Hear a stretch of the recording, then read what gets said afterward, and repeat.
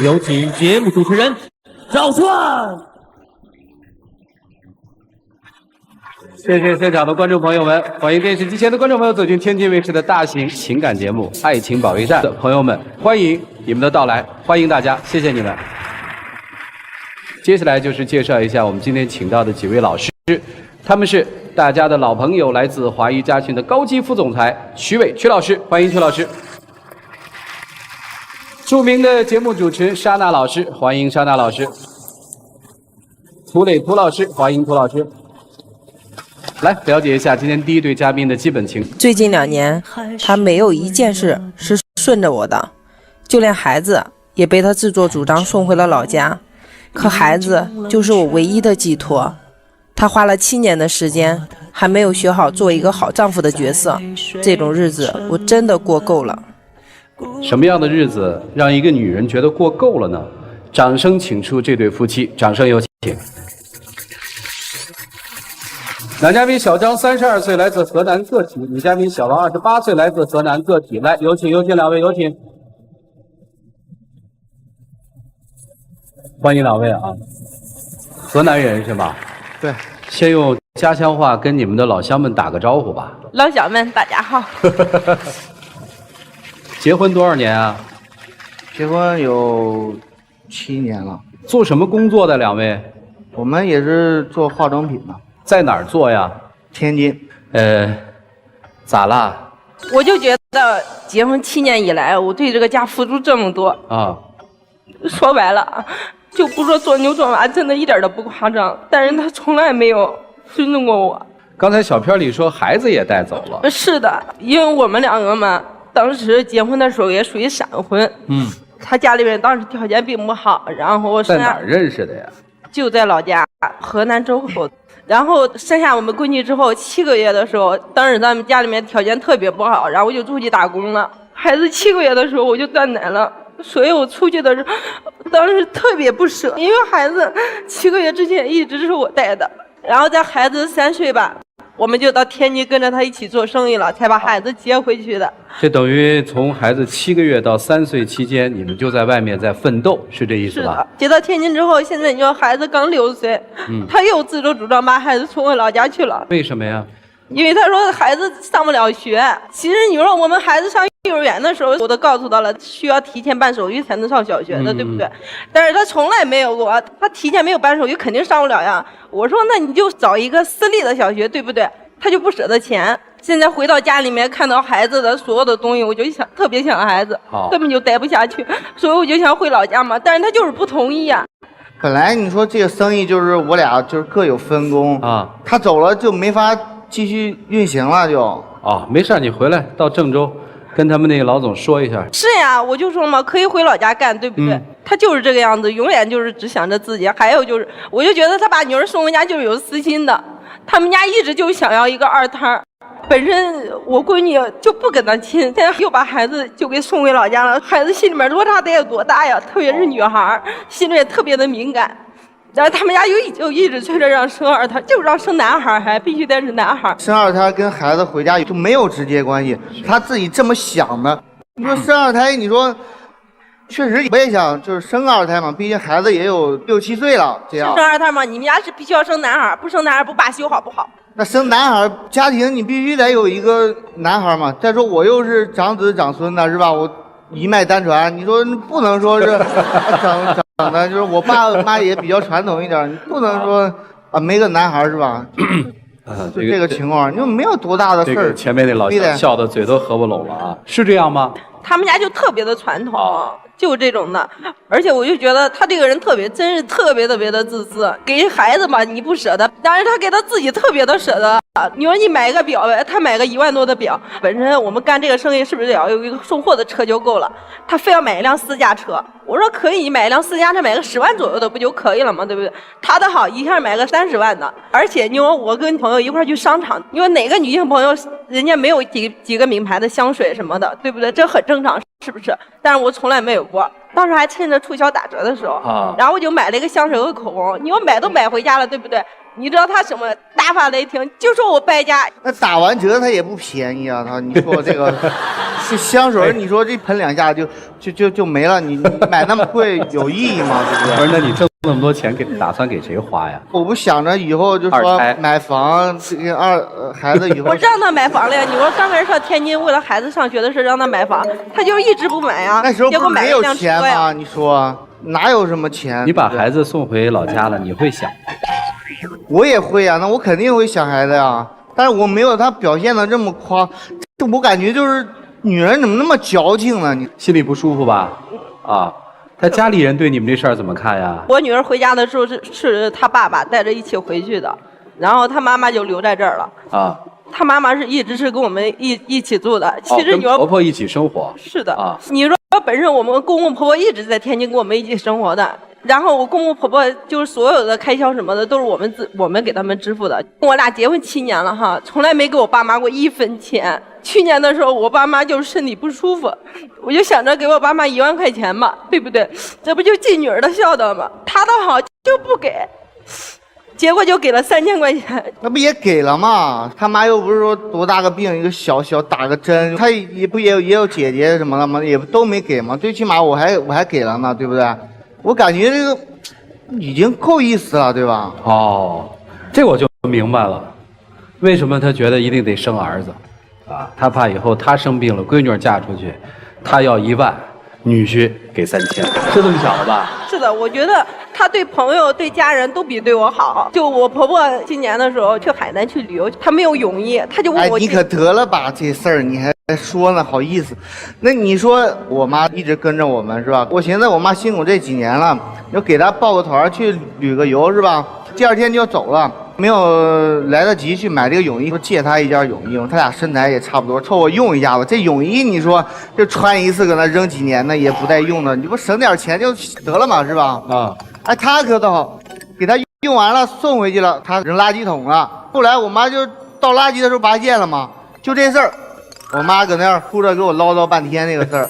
你说平常搁家吃个饭，那我嫌碗刷的不干净，你说你咋那么干净呢？我就有洁癖啊，我就有一点洁癖啊，我就觉得洗不干净。他本身他手拿到里面，我就觉得洗不干净。那你当着我妈面洗，你说那心里边能好受吗？那怎么感觉？那不能再让他重洗吧？啊，我这个听你们这个讲述啊，我脑海里面有满满的疑问，是想再生一个孩子，还是想再生一男孩？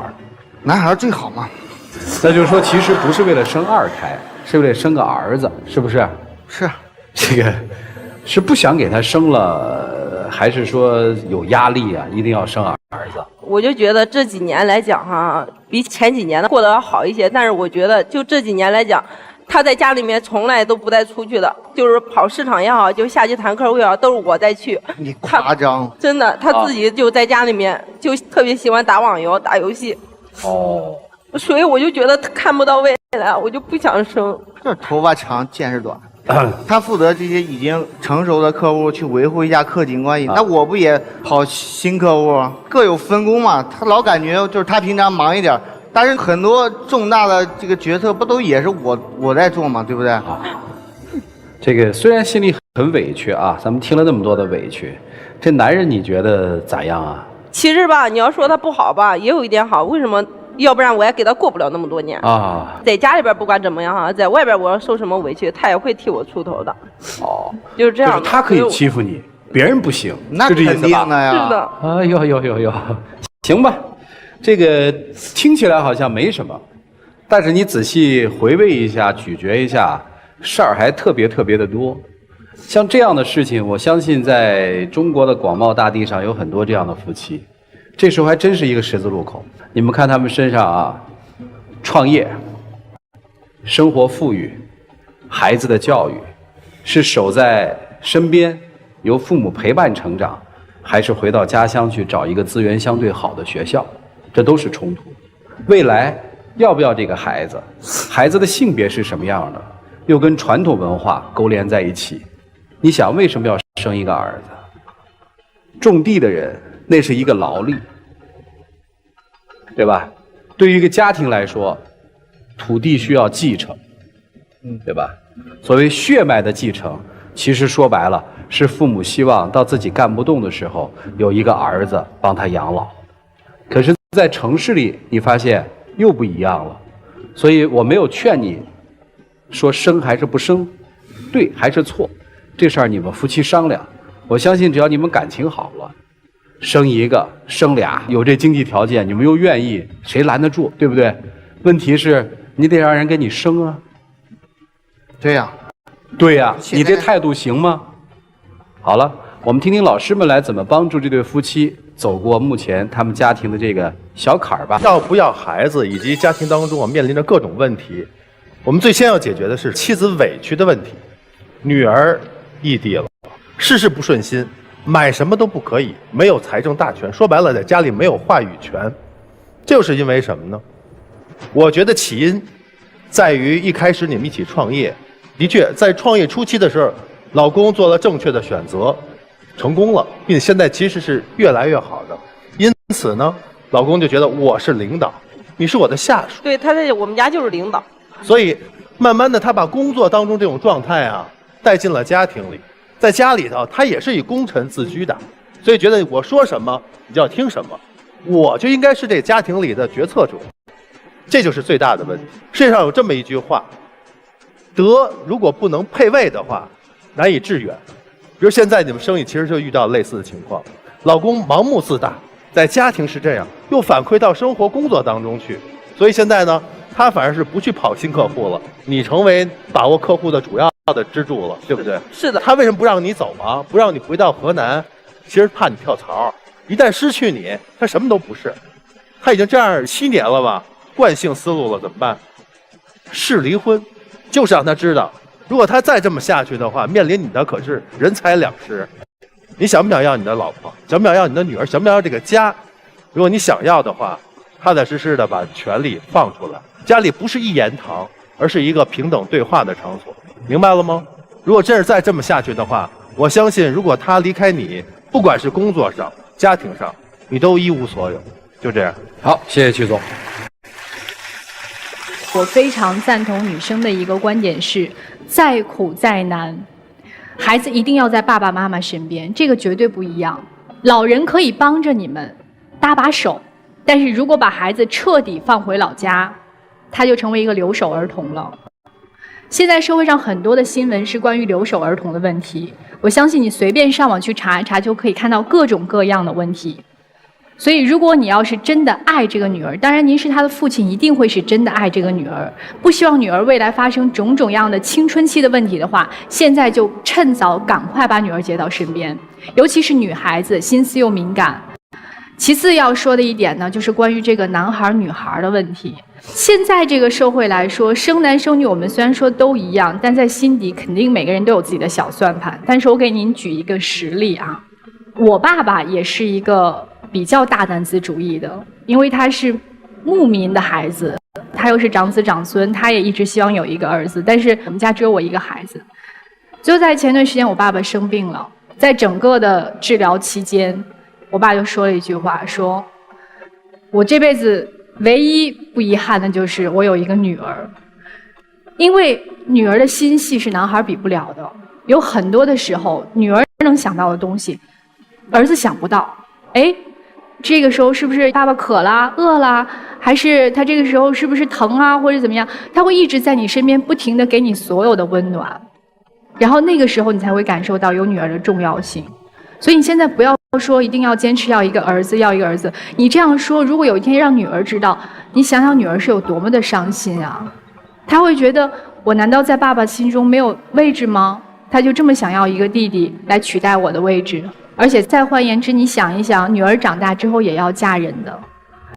如果女儿嫁人之后过的日子是跟您妻子现在过的日子一样，每天在委屈当中度过，每天以泪洗面，你心疼吗？心疼。所以呀，他也有爸爸妈妈，也会心疼他啊。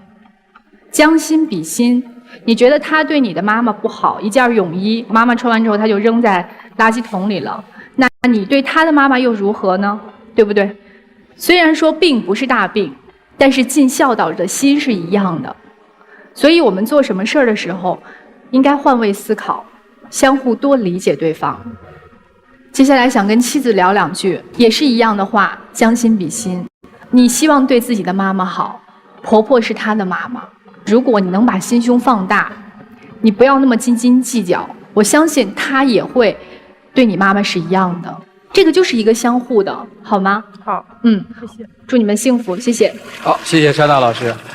我总结了一下你的特点：本事不大，脾气挺大，别人的事儿都不是事儿，就你的事儿是事儿。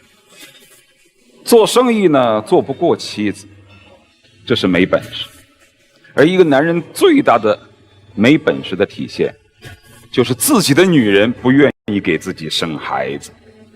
女儿的事儿不是事儿，随便扔哪儿都一样。老婆的事儿也不是事儿，什么也不买。丈母娘就更不是事儿了，不就扎一针吗？其实你妻子最伤心的未必是说你不重视她，从某个角度上来说，你不重视孩子和不重视他的母亲所体现出来的就是不重视妻子。你真的想孩子吗？你为孩子做了什么？想不是嘴上说的。我这儿有一个视频，我是天天没事的时候我会去看一看啊。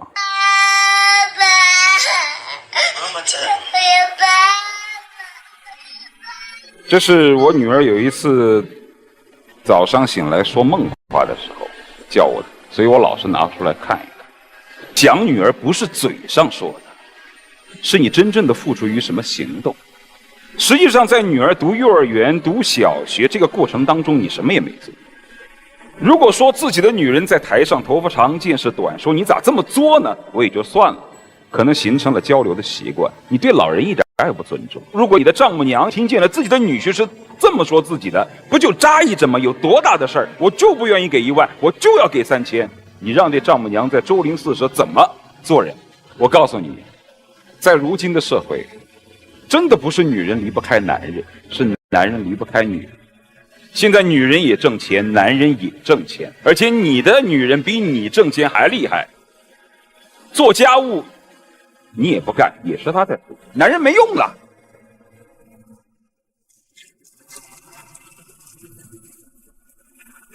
如今女人要的就是你那点情感依赖和尊重。如果你连这个都给不了，你就是个废物。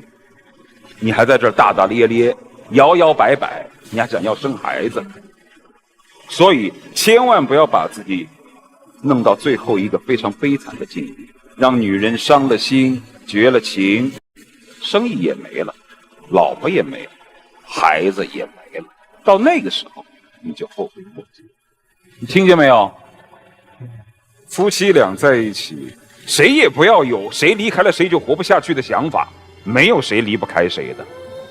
今生之所以走到一起，多多少少都是因为情感上对对方有依赖。别把最后这点依赖都折磨得没了，到最后成为了路人，那个时候大家都伤心。好自为之，祝你们幸福。谢谢。在这里面其实有一个问题，希望2位可以特别深切地想清楚。任何一个小事，当它被放大的时候，在显微镜底下去看的时候、观察的时候，这件事可不得了。它涉及到一个人的人品，涉及到一个人的道德，其实还真没那么严重。有的时候过日子就是这样，谁家的日子不是这么过来的呢？有一个问题特别想了解，他们家谁对你最好啊？其实我婆婆对我可以，其实我都是冲着她，从来没有对我婆婆有过什么东西。所以人有的时候因为情绪而带来了很多事情的误会、误解，甚至彼此的伤害，对吗？对，徐总不是提了一个叫什么试离婚吗？今天你们可以试离婚，好吧？又不愿意，是不是这意思？啊，反思反思，每个人其实要的都是认可和承认。当丈夫特别扎心的攻击妻子的时候，妻子说了一段话，其实让丈夫心里更难过，而且当着那么多的人。我不知道具体这个生意到底谁做得好谁做得坏，1-2句话判断不清楚，但是你在这个男人的事业上，其实你是彻底的否定了他。但是我说的是事实，是不是事实我不知道，是不是应该在这个场合来说出这种的事实，我也不清楚，那是你自己的选择。所以我们就会发现，伤害一定是彼此的。如果说一段伤害都是一个人的错，这件事儿还真的挺滑稽的，因为事物有太多的面。所以能够衡量你们自己之间的情感的，就是你们自己心里的那杆秤，爱或不爱，谁是如何为这个家做出的付出。我觉得通过老师对我的批评和指正，我也认识到了我可能有生活上对你照顾不到，但是你想一下，咱们毕竟都这么多年了，都7年了，你说咱们俩在一起，从什么也没有到现在，也不能说过得都不快乐，我们生活也慢慢的都好起来了。你想想，我们那时候一天就为了跑更多的客户，一天只吃1顿饭。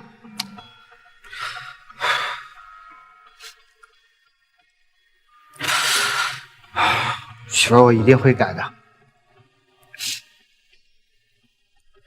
希望你能原谅我。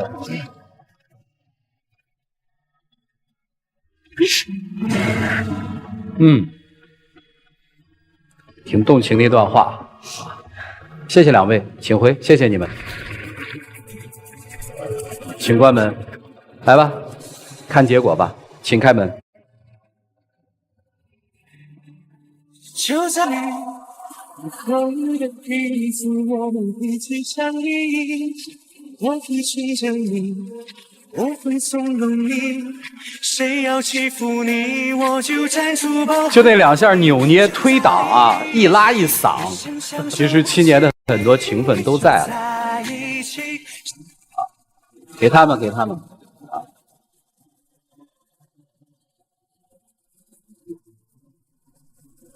来，姚总，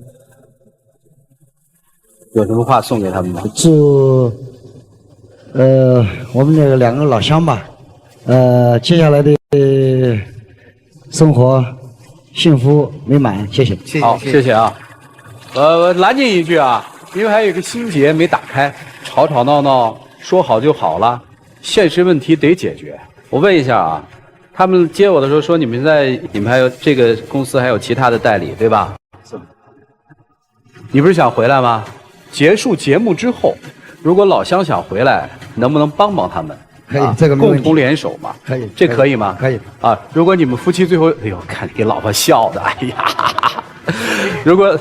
如果你们最后商量定了，真的要回来陪着女儿成长，陪着发展，因为咱们经常会看到帖子上是这么说的：在家陪孩子，谁挣钱？挣了钱，谁又陪孩子？生活当中太多两难，我们就得想点招去解决。真商量好了，你们去找姚总，好不好？可以吗？欢迎，谢谢姚总，请回。啊，希望今天是个新开端。来，各位请见证。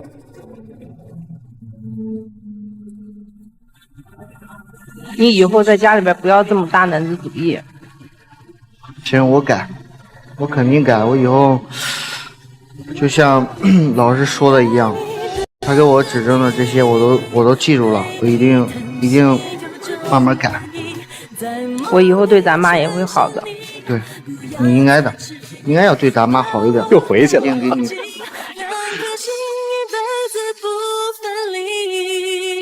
不想确定日期，要放弃不要从难回忆。来吧，送给你们。谢谢两位，请回。在爱里全是你，思念让心跳无法呼吸。生活当中当然愿意看到这种大圆满的结局，因为圆满的结局让你有喜悦。但是真实的生活是时时处处不如意。那些愿意让生活变好的人，是希望在不如意当中找到让自己和家人开心的地方，快乐的生活下去。来吧，了解下一对夫妻的基本情况。我们两个结婚1年多的时间了，我觉得现在的日子真是过不下去了，天天除了吵架就是吵架。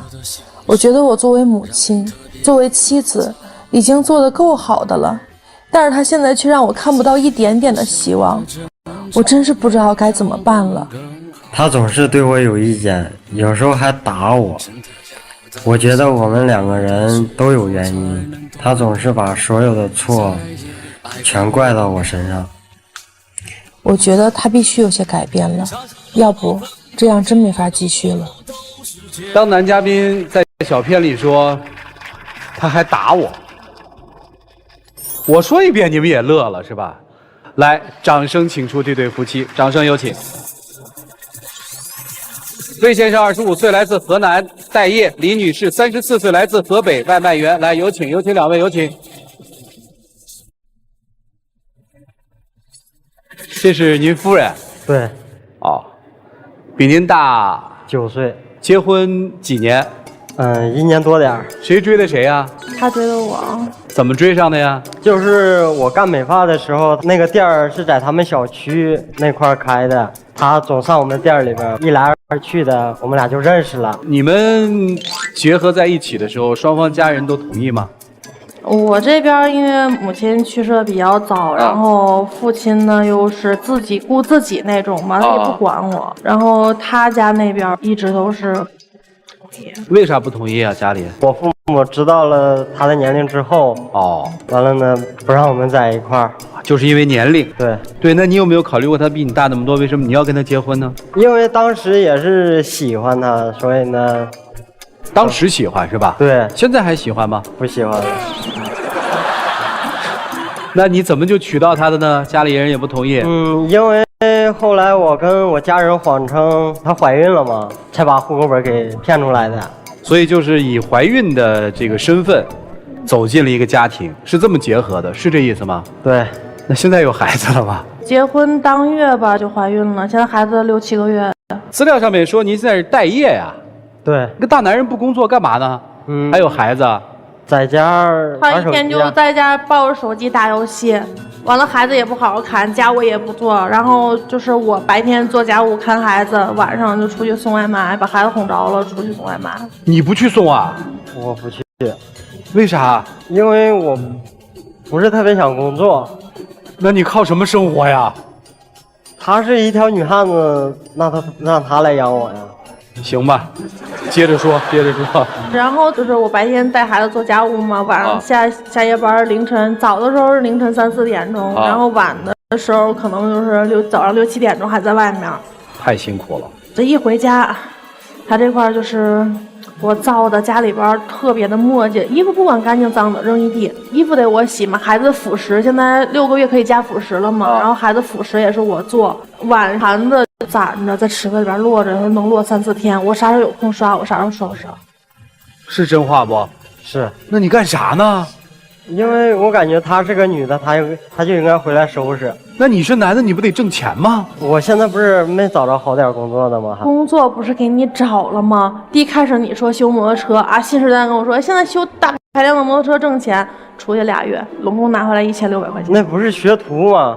你学徒，你首先你是一个孩子的父亲啊，你首先你得保证家里面的生活。你说没有好的工作给你找好了，差1道手续能拖1个月。我朋友那边给找的嘛，我都没法跟人交代。那手续不是不好办吗？所以我办了吗？我没去啊，我感觉不好办。你感觉整天拿着手机搁家躺床上打着游戏，但是凭空想，哎，这手续不好办，你就不去。对呀。对呀，我还挺崩溃的哈。我们2个，而且还经常因为看孩子的事儿吵架，然后一吵架就说啊，有本事让你妈来看。我妈8年前就没了，你说这话是她该说的吗？那你在这家里，你想怎么着啊？她不是女汉子吗？都让她上班去。不是你那会儿追她的时候，是不是就觉得她是条女汉子？你嫁给她以后，你就不是，因为她个儿比我高。哎呀，这个儿高了还是个罪过的啊。然后她对你好吗？比如说她不干活，拿话甜乎你也行。没有，然后就是吵架。而且就是我父亲嘛，在孩子满月的时候，父亲也过世了。当时孩子太小，离不开人，也没人帮我带嘛，只能他然后去处理我父亲的身后事。处理3天，我父亲刚下葬，就跟我恼了，就说啊，你爸活着时候不靠谱，死了还这么麻烦，简直就是没事找事儿。有这么说话的吗？就气得我跟他大吵一架，把奶都憋回去了。现在孩子纯吃奶粉。哎，你当时喜欢他是吧？所以娶回家的是吧？对，娶回家就是为了羞辱他、折磨他，是这意思吗？刚开始是没这么想。那什么时候开始这么想了？为什么这么想呢？就是说生完孩子之后压力也大点，完了呢都这么想。你有什么压力啊？就是打游戏找不着存在感了呗，是吗？我不打游戏我干啥呀？哎呀，而且每次吵架吵不过就说啊，你们全家都死绝了，你还不消停？你也要把我给逼走吗？不，我怎么逼你了？我逼你什么了？我问一句啊，这个婚离了不就完了吗？来这儿干嘛呀？这有点听不下去了。我现在我家里边也没有什么亲人啊，然后这孩子算是唯一一个我有血缘关系的亲人，我就寻思说给孩子一个完整的家，所以说我选择一忍再忍。那今天是谁要来的呢？你要来干嘛呢？我就是在想说他能改，我还是会去选择原谅他，就是想给孩子一个完整的家庭。就是他都这样了，你今天来这儿，意思就是让他去改，我理解的对吗？啊，你们俩现在是个什么生活状态呀？我们俩生活状态都是没事都吵架打架的。哦，你们俩就是争吵和动手，一般都是他对我动手。那谁让你骂我妈呢？他对我动手，完了之后我打不过他，我只能用语言还击他呀，是吧？哦，那你的意思是什么意思呢？我的意思都是说，解决不了，只能离婚了。那你想怎么解决呢？我想他以后别欺负我就行。我怎么要欺负你呢？我说我没事扒拉你，你说你在家里什么都不管，有时候我这干着别的家，我这站着手呢，完了你给孩子刷个奶瓶，你干嘛呢？刷个奶瓶什么时候刷都可以啊，用的时候再刷也一样啊。那多少肉眼看不见细菌在里边啊？我感觉这样的孩子养出来更健康。你就是这么养出来的吧？差不多。你觉得你现在健康吗？还行。不是你父母知道你这状态吗？我父母知道。他们什么意思呀？他们刚开始都不愿意嘛，完了现在也是保持中立的那种。为什么保持中立呢？你都这么欺负人了，怎么还保持中立呢？反正他们还是比较护着我的。这个倒是可以给上一对的嘉宾看一看啊，生儿子生成这样，看完之后2胎的计划应该被打消了。你真行啊！那话应该怎么说来着？我都说不出口啊。而且就这样他还不行，然后他出去跟他朋友在一块儿，还说我跟我送外卖的同事怎么样。我为啥这么说你啊？还不是因为你晚上走的时候聊着微信啊，开开心心的，完了都走了，凌晨3、4点才回来，我都想知道你干啥去了。我聊微信，我也是跟同事在工作群里边，我问问人家有没有单，然后没单我出去干嘛去？我在工作群里边40多个人，领导也在里面，根本就不允许聊工作以外的话题。本身我都怀疑你之前那小伟跟我说了你很多的事儿，说你跟一帮男的经常出去玩，而且玩的还很疯。那是我认识你之前的事儿，我认识你到现在，咱俩在一起2年多，我有哪一点对不起你？再者说玩大排量的摩托车，你们在座的女生有几个会骑的？我也想说跟一帮女生一起出去玩，哪有几个女生会骑大排量的摩托车？不是，等一下，我问一句啊，您骑摩托车是为了送快递方便，还是说自己爱好骑大排量的摩托车？之前就爱好。明白了。现在我都感觉刚开始的时候特别保守啊，现在特别开朗啊，所以说我都接受不了这样事的。所以你的意思是说，你现在的这一系列的态度，是因为你觉得你的妻子没你想象的守妇道，是这意思吗？对。然后你是拿这个作为一种报复，在报复他，是吗？算是报复。嫉妒成这样啊？那你也跟他出去看看，他夜里到底干嘛去了呀？他一个人那么晚要去送外卖，你不心疼吗？因为家里边有孩子，所以呢，那你出去送啊？我不想去。不是你追求他的时候，不知道他的性格就是这样的吗？不知道。当时他跟我说他也喜欢，然后我俩就一直就是说就想说，哎，找一个合适的机会，因为他家里边也不同意他骑机车嘛。然后就想说，回头一起去玩，说结婚以后啊，奋斗一起去骑着机车去旅行。我说的是咱们俩去，完了又没说让你跟着一帮男的去。那实际等于在婚前你们俩是对机车是憧憬的，对吧？对，是憧憬着有一个大排量的摩托车，然后是一人一辆，不是有一辆。哦，一人一辆摩托车，然后你们骑着摩托车去旅行，是这意思吧？对。你婚后不是很快就怀孕了吗？你孕期也骑摩托啊？没有，就是孩子出生以后，就是我出了月子就开始骑摩托了。那时候就是孩子小，然后我自己出摊儿嘛，摆摊卖花什么的。因为家里边没地方放，就只能在附近的那个城乡结合部嘛，村子租个房子，放电三轮啊，放那些货。完了呢，就是天天得拿背带把孩子背在身上，然后骑着摩托车去换电三轮，把孩子搁小车上面。不是，那你在干嘛呀？那时候他在学那修摩托车嘛，然后就是2个月一共拿回来1600那工作。那你到底想干嘛？未来？我想再重新找一个好点的班上啊。男生告诉我们说，妻子婚前婚后是2个人，是这意思吧？对。所以我用一种方式想报复他，这是你的第一段说辞，对吧？对对对。第二段也必须承认你是一个懒蛋，对吧？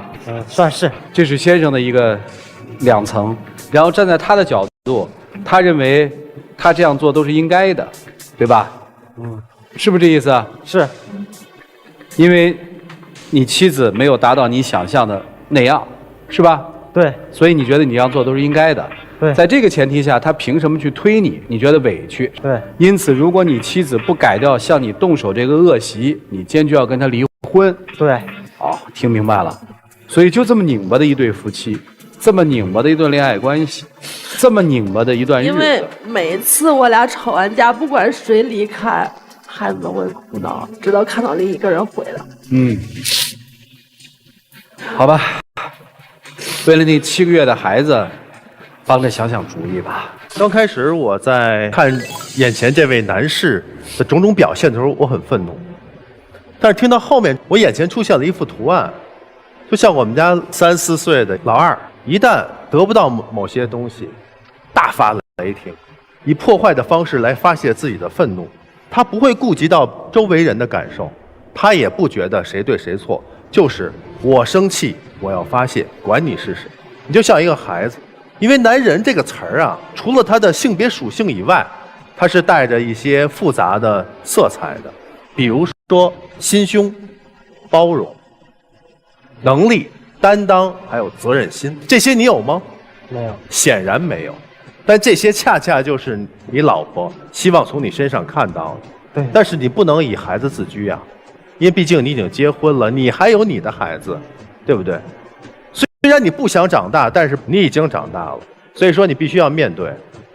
我希望你还找找当时你们在一起的那美好的时间，是因为你的落后导致了他的进步，你没有退路了。如果说他跟你离婚的话，你有什么？就一副皮囊，一个性别叫男的，想不想不这么被人家羞辱？想不想独立起来，能够自己捡起自己自尊，好不好？迅速的让自己成为男人，可以吗？第一步很简单，出去找一份工作，1000、2000，给钱就干，因为你可以回家的时候，你可以心安理得的，我往家里带回来了钱了，而不是说躺在家里，你来给我做饭，你给我送吃的，那有一个比你还小的孩子在那等着呢，你不是他，明白吗？不管出于为了谁，都要尽快的做成一个男人，真正意义上的男人，就这样。好，谢谢曲总。来，莎娜老师，我觉得那句话说特对，就可怜之人必有可恨之处。一开始听的时候，我真的特别可怜你，但是在我整个梳理下来你们2个人这段关系之后，我觉得真的你也真的挺气人的，就是你们2个人都是2个非常极端的人，你极端缺乏安全感，极端缺乏家庭的温暖，所以你不择手段的在维持一段你认为这是家庭的温暖的关系，但其实这连最基本的人情味儿都没有，你得到的全部都是仇恨。你说你现在对他有爱吗？我不相信。你现在只是在苦苦的挣扎，就是你不甘心，我为什么我的命运就是这样？但是我告诉你，你越不甘心，你越做这样最后的垂死挣扎，受伤的最大的人，最后还是你。接下来说男生哈，我觉得你特别可怕，就是我不知道为什么，我觉得你有一种活不起的状态，破罐子破摔。明明知道我这么说，我今天在这台上，我连一个男人的尊严都没有，但我就这样说，我管你们怎么看我。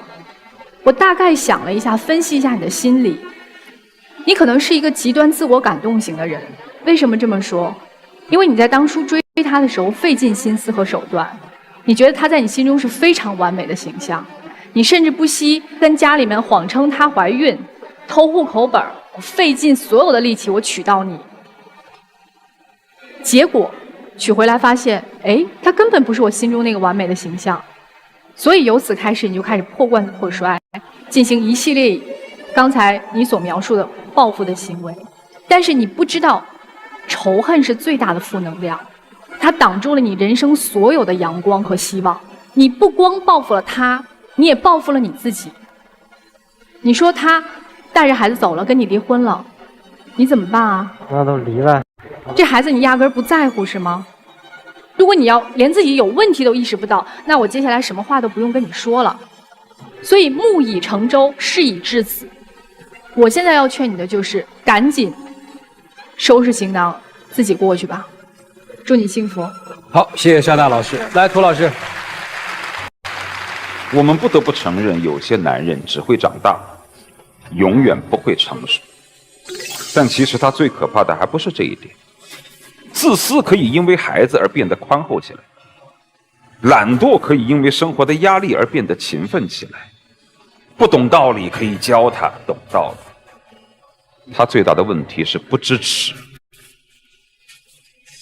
我这样说你生气吗？不生气。好。那么对于这样一个男性就没什么好说的。其实你之所以愿意跟这个男人还继续过下去，除了在最开始你把他的幼稚当成了一种勇敢，你认为他为了跟你在一起和家里面闹翻了，除了这个原因之外，还有没有安全，他还有家可退，你是家里一个人都没了。其实还有一个原因，是因为你觉得这个男人至少还没有实质上的出轨。就是因为每次我俩吵完架，孩子非得要看到我们两个都在，他才会不哭。我觉得这可能有一定的因素，但是我也觉得有这样的因素。你能接受他出轨？还有，我为什么在觉得你不是那么痛苦？甚至我刚才在说他的时候，大家笑了，你也笑了，因为我在心里觉得，我们认为他可怜，对吧？其实他觉得他可怜。在你们之间到底是谁强谁弱，每个人的标准不一样。他一直认为他弱，你也认为他弱，这种弱来自于形体上的矮，或者是你老是欺负他，你能打他，同时他也还不了手。这种惯性思维会认为其实你在他面前是个强者，而其实是在精神上和在生活温暖上，其实你才是一个弱者。你必须意识到这一点。你的身形的高大有的时候掩饰了你内心的脆弱。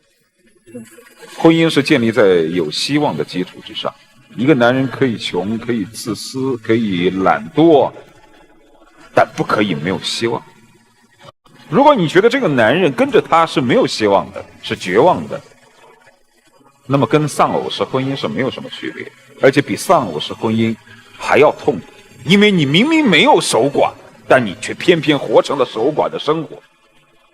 孩子明明有父亲，却搞得跟没爹一样。所以在这个时候你是要自保的时候，你是应该带着孩子过自己的日子。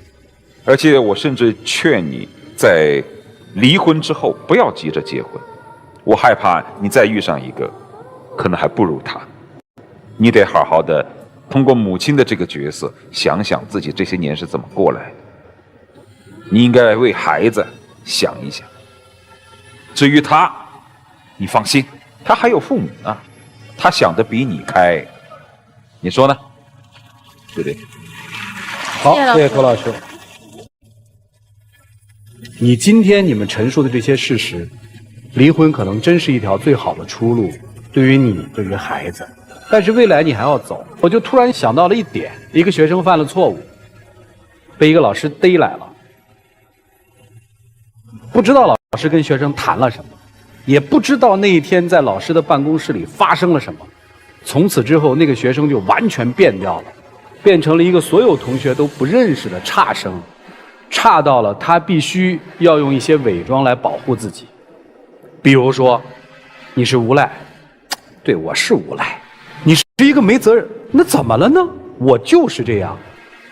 有的时候可能对某些人来说，这还是一种保护的色彩。所以我说这一段的目的是为了什么？就想让女生在心里想一个问题：你们俩结婚之后，到底在你们俩之间发生了什么问题，让这个男人转变了？因为你承认他婚前婚后是两个人，对吧？包括为什么这个男人在有了孩子之后，还去很努力的学了2个月的摩托车修理，虽然钱挣的不多，是怎么变的？到底发生了什么？所以我觉得你们俩是好还是离都不重要，重要的是你们能彼此把心里面，特别是男生那个结给打开，那才是最重要的。因为在我看来，这段婚姻关系里面一定有过不去的结，你们自己去聊。可能是咱俩在一块儿吧，然后老跟你动手，你还手，打着打着，可能情分就没了。当然为这孩子，为这个家吧，我也是撑得很辛苦。你看着我表面大大咧咧像个女汉子，其实谁的内心不是住着一个小女人？我也想过那种被宠被爱被关心呵护的日子。你要是天天在家，我就上班去。你确定？我确定。行。其实你知道吗？有一次半夜的时候，给我送外卖，送到一半车坏了。你还记得你那次我发烧，然后你骑着电动车带我从外边穿过大半个唐山市。你说你迷路了，我车坏了，走的就是那条路。然后想起那件事儿，其实觉得心里边挺复杂的。好，时间到，我还想跟你明确一件事儿，是不是如果他在家里面全职去养你们的儿子，你就会认真的出去工作，为他们的生活而奔波，是还是不是？是。这是一句承诺，是一句气话，或者其他的东西，还是一句发自内心的承诺？发自内心的承诺。好，谢谢你，请回两位，谢谢。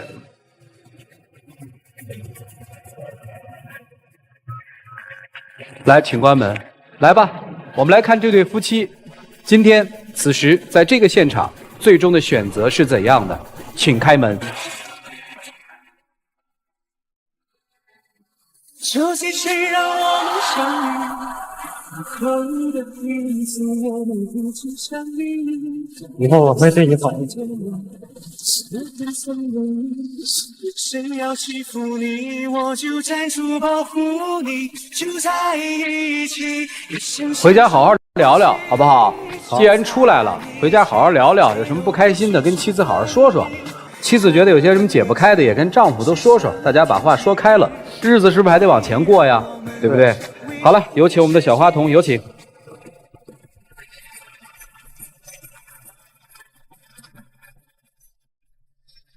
再过几年，儿子也就这么大了啊，要好好努力啊！来，我们见证这对夫妻的浪漫时刻，各位请见证。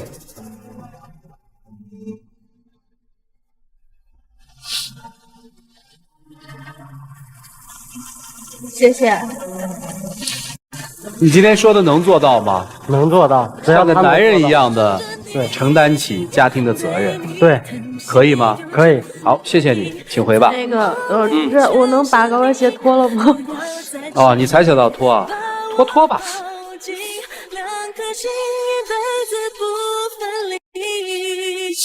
不想确定日期，要放弃不住，要尽量回忆，在爱里等着你，未来给的默默清晰，在爱里全是你。生活里有很多误会，也有很多误解，这些误会和误解有的时候一旦被放大，可能会造成一系列的问题。所以让我们都来学习好好的沟通吧，特别是跟亲人和你爱的人好好沟通。我觉得外人沟通好像都没毛病，怎么一回家有些人就变得不会说话了呢？也感谢现场以及电视机前观众朋友的陪伴和收看，下期节目再见，谢谢大家。